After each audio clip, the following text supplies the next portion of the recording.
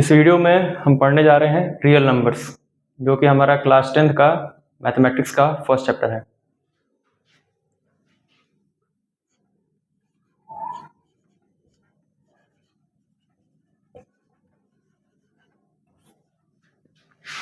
सबसे पहले हम देखेंगे कि रियल नंबर्स क्या होते हैं। तो क्या होते हैं रियल नंबर्स?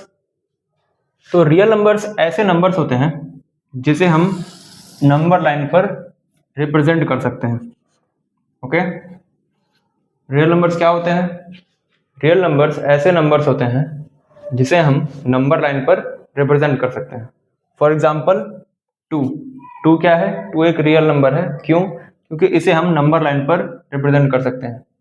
आप सभी को पता है नंबर लाइन के मिड में क्या होता है, बीच में क्या होता है? जीरो होता है। नंबर लाइन के राइट साइड पर क्या होता है? सारे पॉजिटिव नंबर्स आ जाते हैं।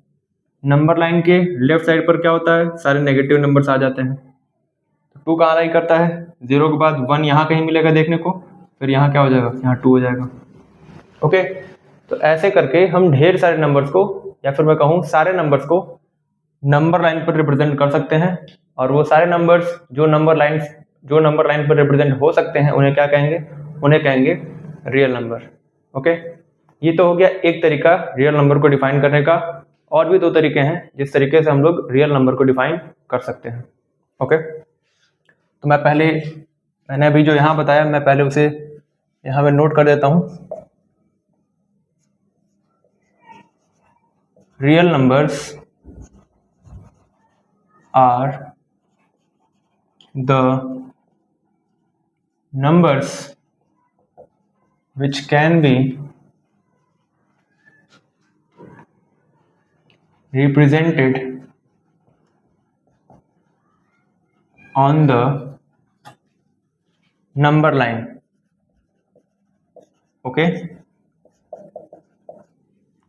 तो वो सारे नंबर्स जिन्हें हम नंबर लाइन पर रिप्रेजेंट कर सकते हैं वो क्या कहलाते हैं? वो कहलाते हैं रियल नंबर्स। अब हम रियल नंबर्स को डिफाइन करने के लिए एक दूसरा डिफिनेशन उठा रहे हैं। ओके, और उसे भी हम समझते हैं। उस तरीके से भी हम लोग रियल नंबर्स को डिफाइन कर सकते हैं, समझ सकते हैं। ओके, तो देखिए रियल नंबर्स जो होते हैं ना, जो रियल नंबर्स होते हैं, रियल नंबर्स में दो तरीके के नंबर्स आते हैं। पहले रैशनल नंबर्स और दूसरे इरैशनल नंबर्स। ओके, तो रियल नंबर जो है वो क्या है? वो रैशनल नंबर्स और इरैशनल नंबर्स का कंपोजिशन है।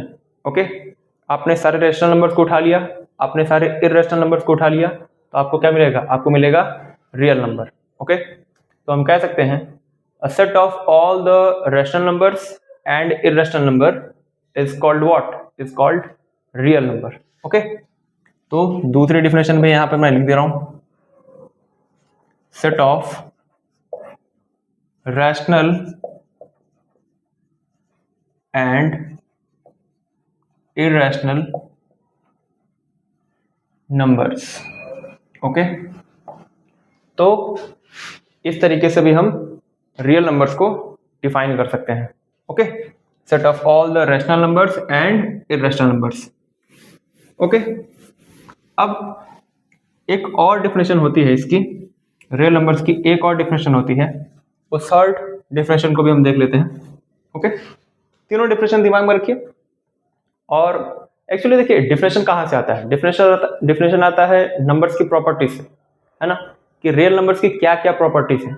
ओके, या फिर रियल नंबर्स में किसको किसको इंक्लूड करते हैं, उन्हीं सारी चीजों को देख करके हम डेफिनेशन बनाते हैं। तो ये जो नेक्स्ट चीज मैं जो बताने जा रहा हूँ, ये रियल नंबर की एक प्रॉपर्टी है। ओके, और उसी प्रॉपर्टी को बेस बना करके हमने डेफिनेशन बना दिया।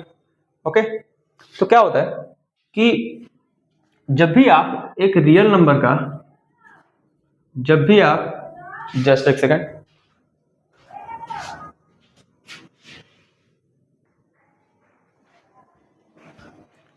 ओके, छोटी सी डिस्टर्बेंस आ गई थी। रियल नंबर्स, तो जो तीसरी डेफिनेशन है रियल नंबर्स की वो क्या है?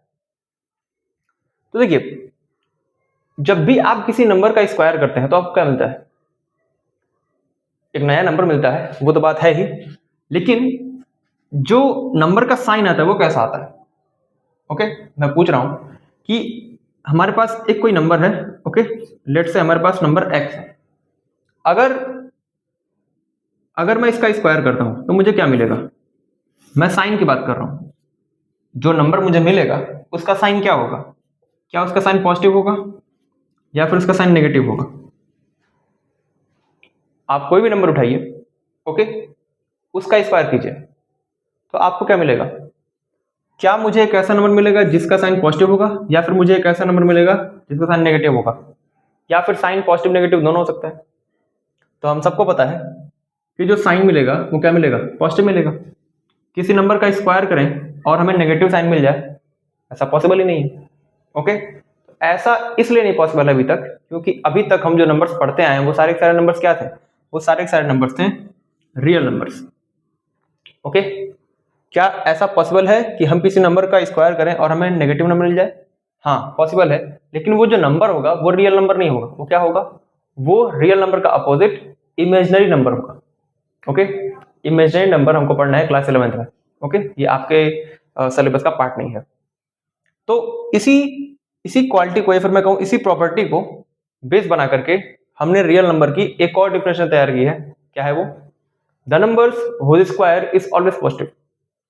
The numbers whose square is always positive are called real numbers. Okay, तो इस तरीके से हम क्या कर सकते हैं? इस तरीके से भी हम रियल नंबर्स को डिफाइन कर सकते हैं। आइए थर्ड डिफिनेशन भी हम देख लेते हैं, फिर हम आगे बढ़ेंगे।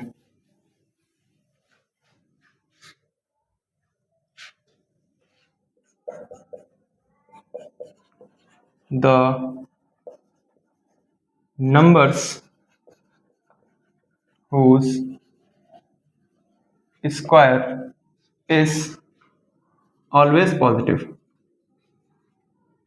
ठीक है, आप मैथमेटिक्स में अभी तक आपने जितने भी नंबर्स पढ़े होंगे, चाहे वो पॉजिटिव हो चाहे वो नेगेटिव हो, अगर आपने उनका स्क्वायर किया होगा तो आपको डेफिनेटली एक पॉजिटिव नंबर ही मिला होगा। ओके, तो इसका मतलब ये है कि हमने अभी तक जितने भी नंबर्स पढ़े हैं, हमने जितने भी नंबर की कैलकुलेशन की है, चाहे वो होल नंबर थे, चाहे वो नेचुरल नंबर थे, चाहे वो इंटीजर थे, चाहे वो फ्रैक्शन थे, चाहे वो डेसिमल थे, चाहे वो एक्सपोनेंट के फॉर्म में थे, है ना, जिस भी फॉर्मेट में थे, वो सारे के सारे नंबर्स क्या थे? वो सारे के सारे नंबर रियल नंबर्स थे। ओके, तो और सारे रियल नंबर्स का जब हम स्क्वायर करते हैं तो हमें क्या मिलता है? हमें एक पॉजिटिव टर्म मिलता है, हमें एक नया पॉजिटिव नंबर मिलता है। ठीक है, जिसे हम नंबर लाइन पर रिप्रेजेंट कर सकते हैं।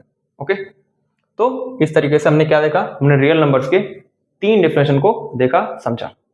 ठीक है, ओके, चलिए मैं एक बार और थोड़ा सा रियल नंबर के कॉन्सेप्ट को मजबूत करने की कोशिश करता हूँ। आइए देखिए मेरे साथ, रियल नंबर क्या होता है? तो वो सारे नंबर जो नंबर लाइन पर रिप्रेजेंट हो सकते हैं वो क्या कहलाते हैं? वो कहलाते हैं रियल नंबर्स। ओके, सारे पॉजिटिव नंबर 0 के राइट साइड में, सारे नेगेटिव नंबर 0 के लेफ्ट साइड में, बीच में क्या होता है? 0 होता है। ओके, अब सारे इंटीजर इसी में आ जाएंगे, है ना। 0 के लेफ्ट साइड सारे इंटीजर्स आ जाएंगे, मतलब नेगेटिव इंटीजर्स आ जाएंगे। 0 के राइट साइड सारे पॉजिटिव इंटीजर आ जाएंगे, और 0 तो है ही एक इंटीजर। इसका मतलब क्या कि सारे के सारे इंटीजर भी क्या है? सारे के सारे इंटीजर आपके रियल नंबर हैं। ठीक है, फिर 0 के बाद अगर हम देखें तो 0, 1, 2, 3, 4 और ऐसे करके हम आगे बढ़ते चले जाएं तो ये क्या है आपकी? ये आपके होल नंबर्स हैं। होल नंबर्स भी क्या होते हैं? रियल नंबर्स होते हैं। क्यों? क्योंकि नंबर लाइन पर उन्हें रिप्रेजेंट किया जा सकता है। फिर अगर यहाँ से आप नोटिस करें 1, 2, 3, 4, 5, 6, 7, 8, 9, 10, तो ये सारे क्या हैं? ये सारे आपके नेचुरल नंबर्स हैं। तो नेचुरल नंबर्स भी क्या होते हैं? नेचुरल नंबर्स भी आपके रियल नंबर्स होते हैं। ठीक है, फिर छोटी छोटी चीजें, ऑड नंबर्स, इवन नंबर्स, ये भी सारे क्या होते हैं आपके? ये सारे आपके रियल नंबर्स ही होते हैं। ओके, अच्छा एक और बात सुनिए, सारे के सारे रैशनल नंबर्स, है ना, सारे के सारे रैशनल नंबर्स होते क्या हैं? जिसे हमें p बाई क्यू के फॉर्म में रिप्रेजेंट कर सकते हैं, जहाँ q जो है वो 0 के बराबर नहीं होता है। तो वो सारे के सारे रैशनल नंबर्स क्या कर सकते हैं हम लोग? वो सारे के सारे रैशनल नंबर्स को हम इस नंबर लाइन पर रिप्रेजेंट कर सकते हैं। अगेन वो क्या कहलाएगा? वो कहलाएगा एक रियल नंबर। इर्रेशनल नंबर की बात करें तो इर्रेशनल नंबर रैशनल नंबर से अलग होता है, नो डाउट, उसमें कोई दिक्कत नहीं है, बट उन्हें भी हम लोग नंबर लाइन पर रिप्रेजेंट कर सकते हैं। आप आपने पढ़ा होगा √2 को रिप्रेजेंट करते हैं हम लोग नंबर लाइन पे, है ना, √3 को रिप्रेजेंट करते हैं नंबर लाइन पे, √5 को रिप्रेजेंट करते हैं नंबर लाइन पे। आपने ऐसे पढ़ा होगा। यहाँ हम लोग क्या करते हैं कंस्ट्रक्शन के थ्रू, यहाँ पे 1 सेंटीमीटर का या फिर 1 यूनिट का आर्क लेते हैं, फिर यहाँ पे आर्क लेते हैं।